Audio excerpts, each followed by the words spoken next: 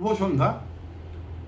আমি আজকে আবার এসআইআর এর ফর্ম ফিল আপের ক্ষেত্রে যে কিছু জটিলতা দেখা দিচ্ছে, আমার প্রথম ভিডিও দেখার পর অনেকেই আপনারা কমেন্টস করেছেন, অনেকে ব্যক্তিগতভাবে জানতে চেয়েছেন।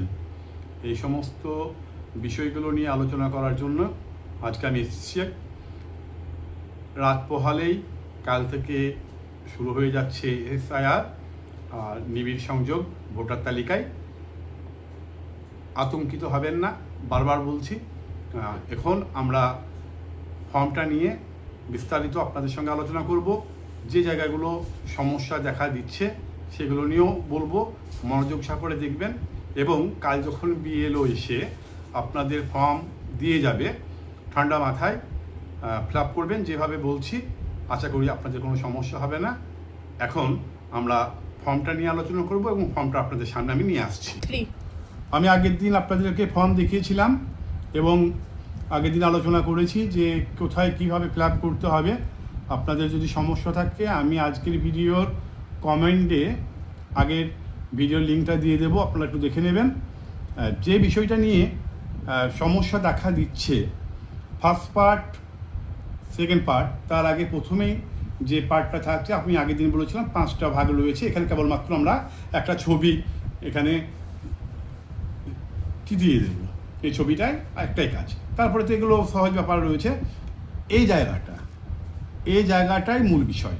দেখুন, এখানে প্রথমেই 2002 সালে যাদের ভোটার লিস্টে নাম রয়েছে, আমি আগেও বলেছিলাম, আজও বলছি, তারা বাম দিকটা ফিল আপ করবেন। এই বাম দিকটা ফিল আপ করতে গিয়ে আপনাদের কিছু সমস্যা সামনে পড়তে হতে পারে।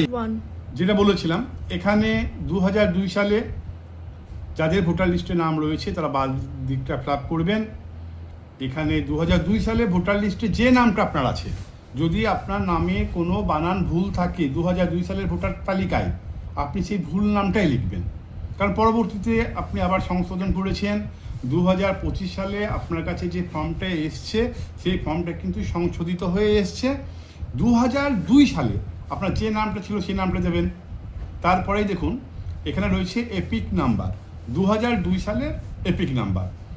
অনেকের ক্ষেত্রে দেখা যাচ্ছে, যেমন আমার নিজের ক্ষেত্রেই দেখা যাচ্ছে, তৎকালীন সময়ে আমার এপিক নাম্বার ছিল না।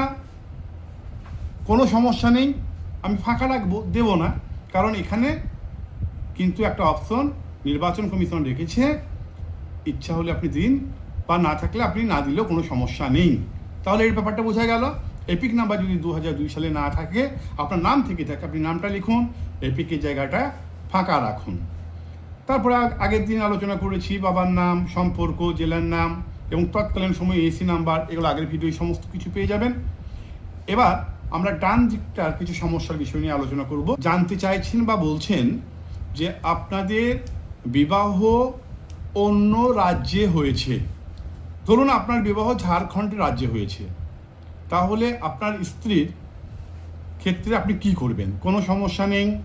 2002 সালে ঝাড়খণ্ডের মেয়ে হোক, বিহারের মেয়ে হোক, উত্তরপ্রদেশ হোক, জম্মু কাশ্মীর হোক, দিল্লি হোক, যেখানেই হোক না কেন, 2002 সালে তো ভোট হয়েছে। 2002 সালে ভোটার লিস্টের নামও ছিল।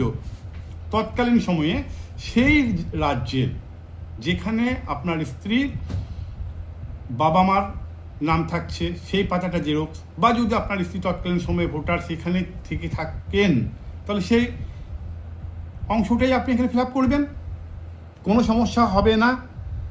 ভারতবর্ষের নির্বাচন কমিশন এই বিষয়টা করছে, এটা কিন্তু রাজ্যভিত্তিক বা জেলাভিত্তিক নয়। অতএব এটা নিয়ে সমস্যা হওয়ার কোনো কারণ নেই। আপনার স্ত্রী ঝাড়খণ্ড হোক, বিহার হোক, যেখানকার হোক না কেন, সেখানে সেই সময়ে 2002-এ যেখানে ভোটার লিস্টে নাম ছিল, বা যদি না থাকে বাবা মার তো নিশ্চয়ই নাম ছিল, সেই পাতাটা জেরক্স করে এটা ফিল আপ করবেন, তাহলেই সমস্যার সমাধান হয়ে যাবে। দুশ্চিন্তা না করে ঠান্ডা মাথায় প্রত্যেকেই ফর্ম ফিল আপ করুন। যদি আপনাদের কোনো সমস্যা দেখা দেয় কমেন্টসে লিখুন, আমি অবশ্যই আবার নতুন ভিডিও নিয়ে এসে সেই সমস্যা মেটাবার চেষ্টা করব। সকলে ভালো থাকুন, সুস্থ থাকুন এবং স্বাভাবিকভাবে এই ফর্ম ফিল আপ করুন। আমরা ভারতীয়, ভারতবর্ষের জয় হোক, ভারতীয় নির্বাচন কমিশনের জয় হোক, ভারত সুন্দর এবং সফল হয়ে উঠুক।